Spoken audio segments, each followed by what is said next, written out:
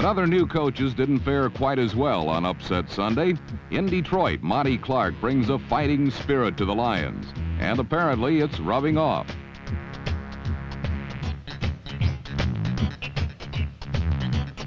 The trouble was that Green Bay landed most of the good shots, a carryover from the game itself in which the Packers collared Lion quarterback Greg Landry 8 times for 76 yards and losses.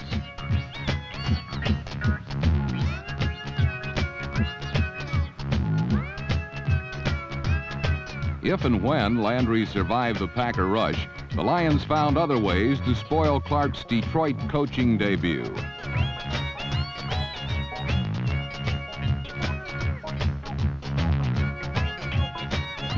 The net result of Detroit's lackluster performance was a 13-7 Packer victory, the kind of day that can age a quarterback rather quickly.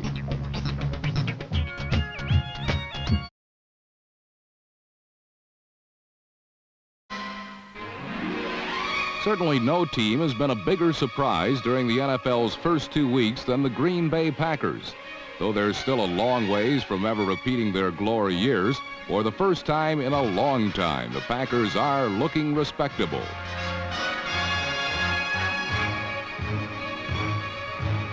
Against the Saints last week, Green Bay's defense kept the New Orleans attack subdued, while their offense debuted a potent combination in number 17 David Whitehurst and number 80 James Lofton.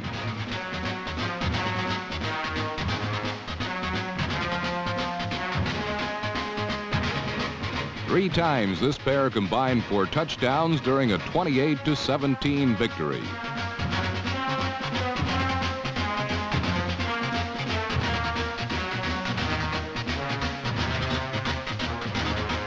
Such early progress marks the most encouraging signs this program has experienced since Bart Starr became head coach. And if only for the first 2 weeks, football has become fun again in Green Bay, Wisconsin.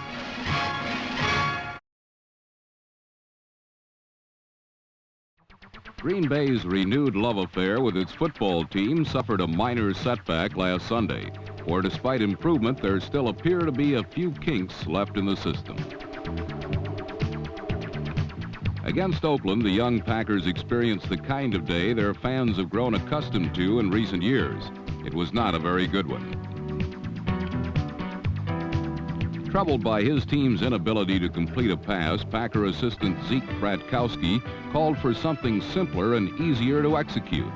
However, it's quite possible that Zeke's esoteric instructions were slightly misinterpreted.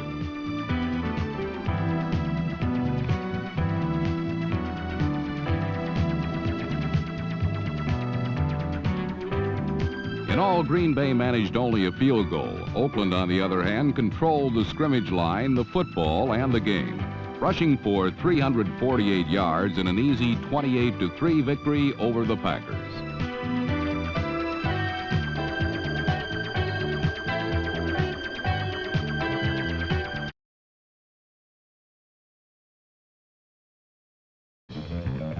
Bart Starr's Green Bay Packers have been one of the NFL's biggest surprises so far this season, a trend that continued in a most unusual way last Sunday against the San Diego Chargers.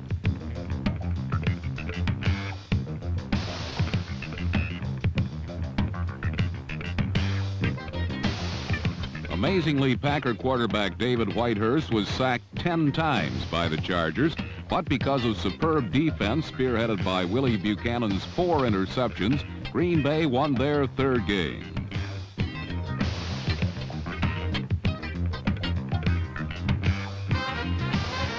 Buchanan's final theft covered 77 yards and closed out a 24-3 Packer victory. San Diego, on the other hand, not only lost the game, but head coach Tommy Prothro, who resigned and was succeeded by Don Coryell.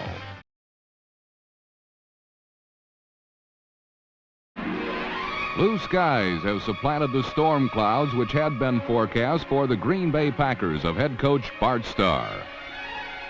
Green Bay won their 4th game last week against Detroit, equaling their entire victory output from the season before. The win moved them to the head of the NFC Central, and resulted because of and in spite of some highly aggressive play. Youth and overexuberance occasionally cost the Packers, yet when this excited fury was properly dispersed, Detroit quarterbacks found themselves in trouble.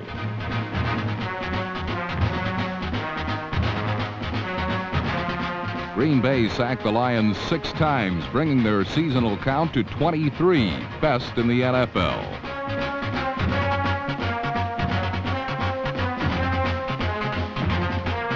With less time to operate, opposing quarterbacks are finding fewer receivers open, and frequently the prayers they offer up are answered by the Green Bay Packers secondary.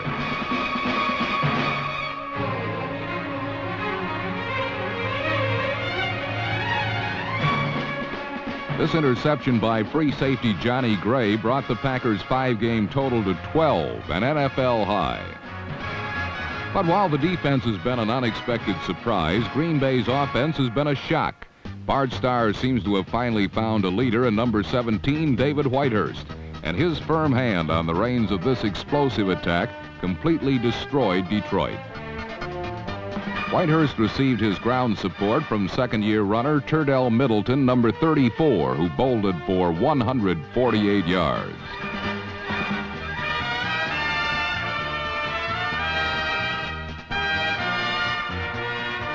Middleton's 76-yard jaunt was the longest in the NFL this season, yet it was but one of a host of Green Bay's spectacular efforts.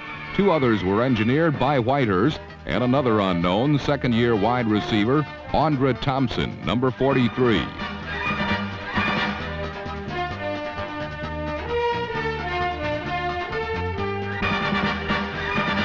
Twice, Thompson ghosted through the Detroit secondary to scare up Packer points. And when the chase finally ended, Green Bay had frightened Detroit something awful, 35-14.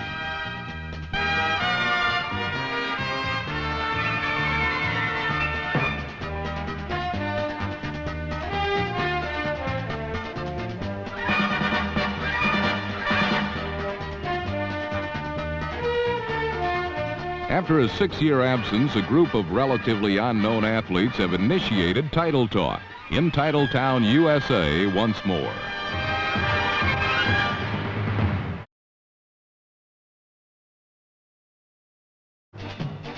When Chicago ghosted into Green Bay last week, they were supposed to demonstrate that the upstart Packers were not as good as their 4-1 record. Even Bart Starr had downplayed his team's sudden success. Yet even he could not mask the rising confidence that brought the Packers from rags to riches. Starr knew that to beat the Bears, Green Bay needed first to contain Chicago's once fabled offense.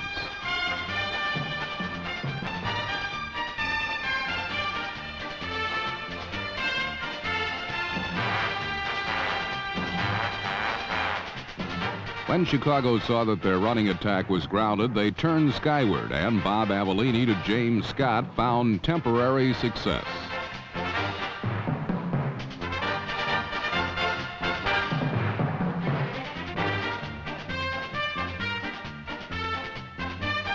Yet it did not take long for the Bears to find what most of the Packers' opponents have found this season. That is, if you're going to try and throw your way past Green Bay, get ready for some heat.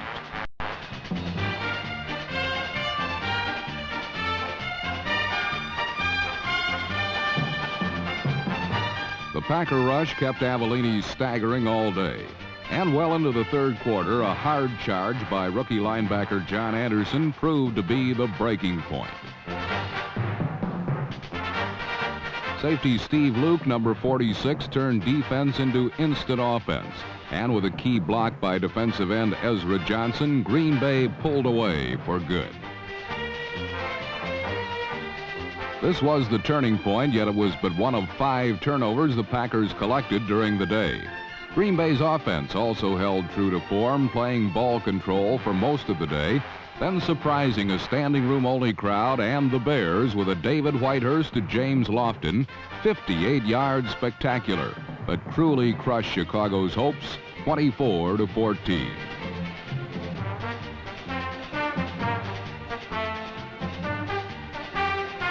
With 5 wins, the Packers find themselves atop the NFC Central by 2 full games. They have accomplished this with a ferocious, game-breaking defense and an offense that stays out of trouble, yet still manages to have their moments.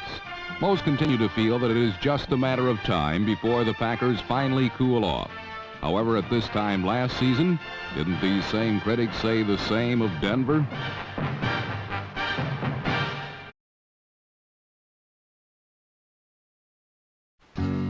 The past few years, rainy days and Sundays used to get folks down in Packerland, but no more. Not since Bart Starr's surprising young team has turned things around.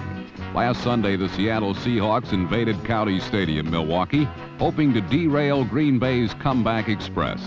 However, the Big Green Machine whistled through a pretty crowded freight yard, right on schedule.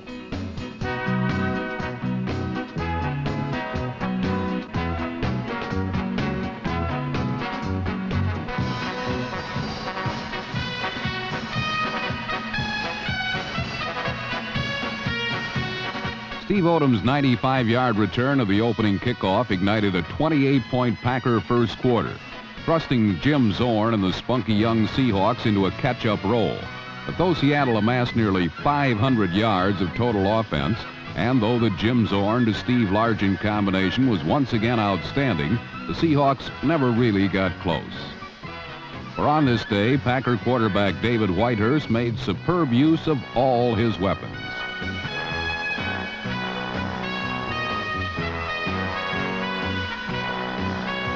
Rookie wide receiver James Lofton produced Green Bay's second score. Then Whitehurst turned the offense over to second-year running back Turdell Middleton. When he was through, Middleton's numbers read 121 yards rushing and 4 touchdowns. Not bad for a guy who last year rushed for only 97 yards all season. The Green Bay Packers, 1978 Cinderella team. Whether or not these guys hang on to win the NFC Central Division, it's safe to say that pride has been restored to one of pro football's fabled franchises.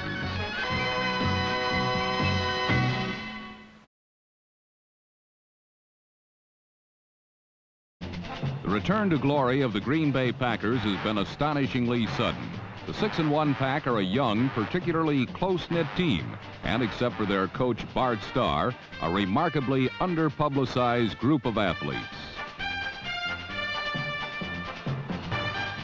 Facing the fast-fading Minnesota Vikings, Green Bay showcased the talents of running back Turdell Middleton, number 34, the NFL's 3rd leading rusher.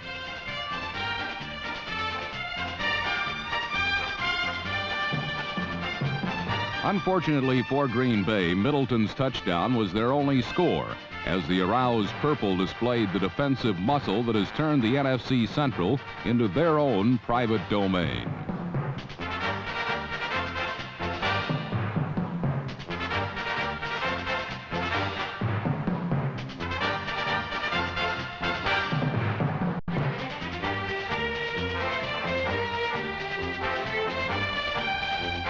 Viking quarterback Fran Tarkenton has been enjoying a splendid season that belies his team's dismal 3-4 record.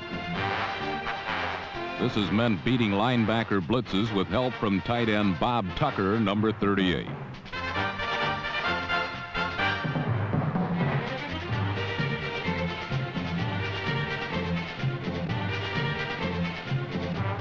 With Green Bay unduly conscious of Tarkenton's fondness for throwing to his backs, the seams opened up for his wide receivers. Number 28, Ahmad Rashad, caught 2 touchdown passes as the swift-striking Vikings finally won a meaningful victory by defeating the Packers 21-7.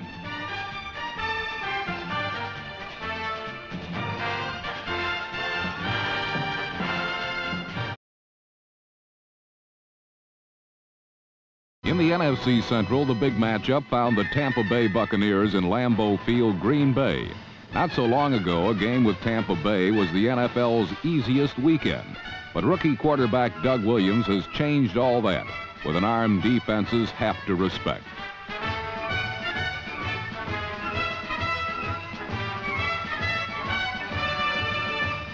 The Packers respected it. They deployed 3 defenders here to cover Buck receiver Morris Owens, but Owens out-grappled them all.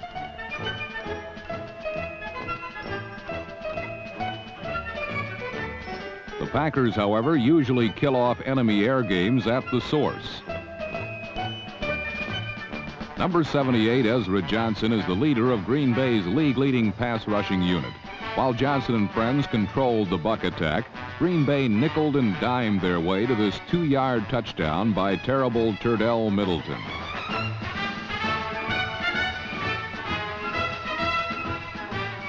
However, Packer place kicker Chester Marcole missed the conversion, and when Tampa Bay later scored and made their point after, the Pack trailed by 1. Thus, with just 41 ticks left on the clock, Marcole got his chance at redemption.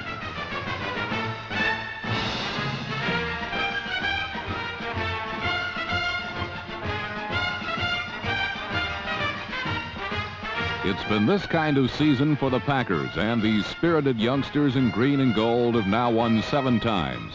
Good for a 2-game lead in the NFC Central. Some folks keep predicting Bart Starr's young team will soon fold, just as they keep saying Dallas will soon catch fire. But in the spirit of this crazy 1978 season, perhaps neither event will happen. With Philadelphia, who last week faced a very young and talented group of Green Bay Packers. Players like number 43, Andre Thompson, typify the spirit and determination of the youthful Pack.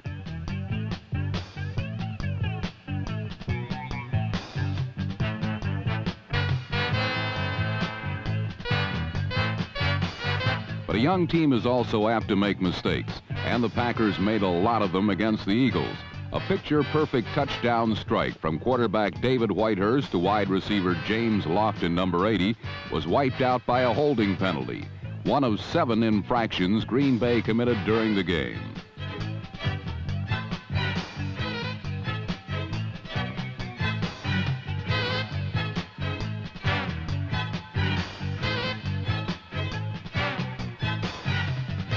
The Packers also were guilty of 6 turnovers, the most costly being a fumbled punt near their own goal line, which set up the only touchdown of the afternoon.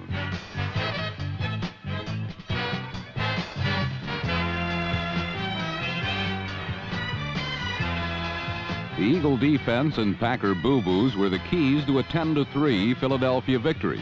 It was the Eagles' 5th win of the year, as many wins as they enjoyed in all of last season. The score was quickly relayed to the Midwest. If it can be said that Minnesota has reverted to form, the same may be said of the Green Bay Packers. Youthful spirit has carried the Green Gang far this season, but against the still so much to prove Dallas Cowboys, they learned how much farther they must go. For the first time since their opener, Dallas did just as they wished, rushing to a club record of 313 yards, while Roger Staubach added 200 more through the air.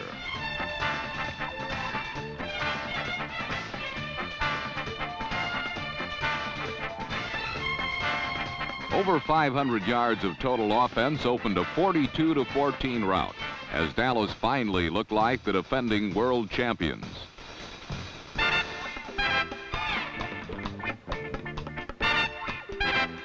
It was the most impressive Cowboy performance of an otherwise alarming season, and it may be a sign of things to come.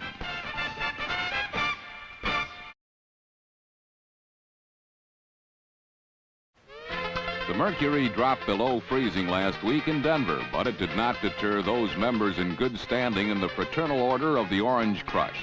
And at the outset of the game, the chill had little effect on the visiting Green Bay Packers, who found some very creative ways to keep warm.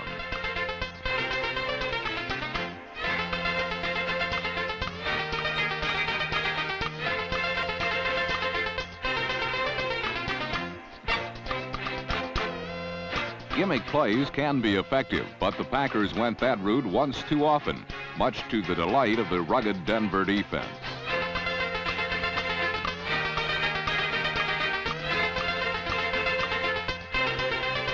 Broncos relied on their usual formula of great defense and just enough points to dispose of the Packers 16-3.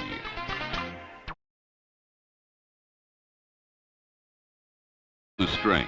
But up in Green Bay, the Vikings and Packers were battling to break a first-place tie. It was a game as close as the division race itself, with many of its plays wavering indecisively before choosing which club they would benefit.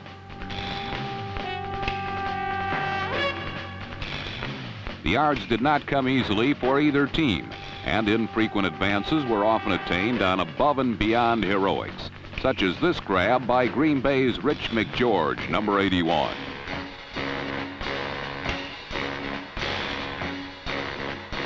For 58 minutes, the Green Bay defense dominated the Vikings and quarterback Fran Tarkenton, sacking him 3 times while intercepting 4 of his passes. But with only 2 minutes left to play and the Vikes trailing 10-3, Sir Francis put together one last drive. And with just 14 seconds remaining, he hit Ahmad Rashad, number 28, to tie up the ball game. A full overtime followed, but neither team could score, ending the affair in a 10-10 stalemate. The Pack had them, but couldn't hold them.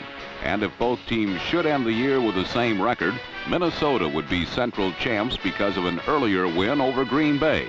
Faced with these facts, the Packer brass was fit to be tied.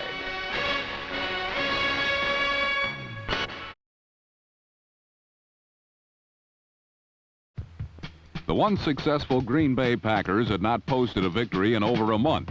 So many figured the sun was ready to set on their 1978 playoff hopes. But in Tampa Bay last week, the Pack gained a most important win with good defense and some help from the Buccaneers themselves.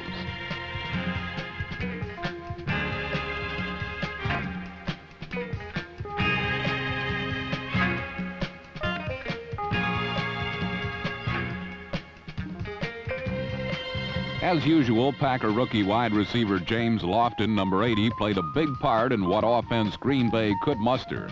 This touchdown reception was his 6th of the season. Green Bay won 17-7 to remain tied for the NFC Central lead with the Vikings. Remembering a 40-7 demolition by the Chargers a week ago, their 3rd defeat in a row on Monday night national TV, the Bears came out smoking against Green Bay.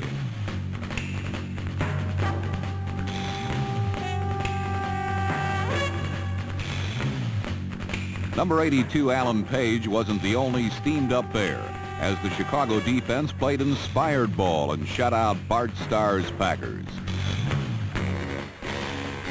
The Bears relied on number 34, Walter Payton, a dependable source for their offensive might.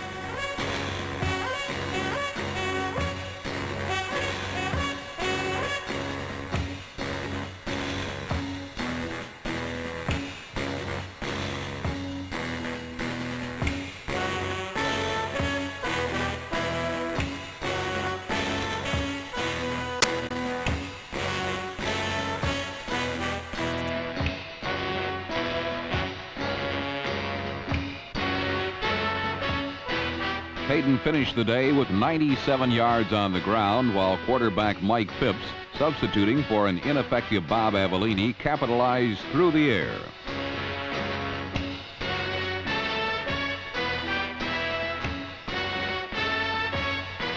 This 35-yarder to number 89 James Scott capped a 14-0 Bear victory, their second shutout over the Pack in the last 2 years.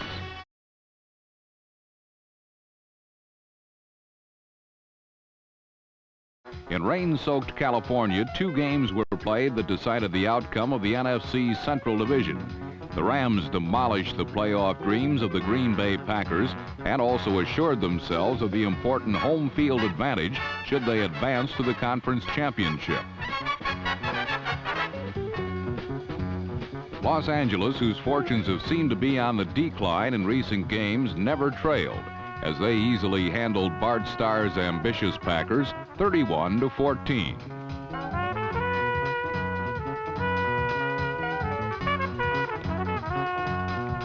Green Bay's only touchdowns were both scored by running star Turdell Middleton, number 34.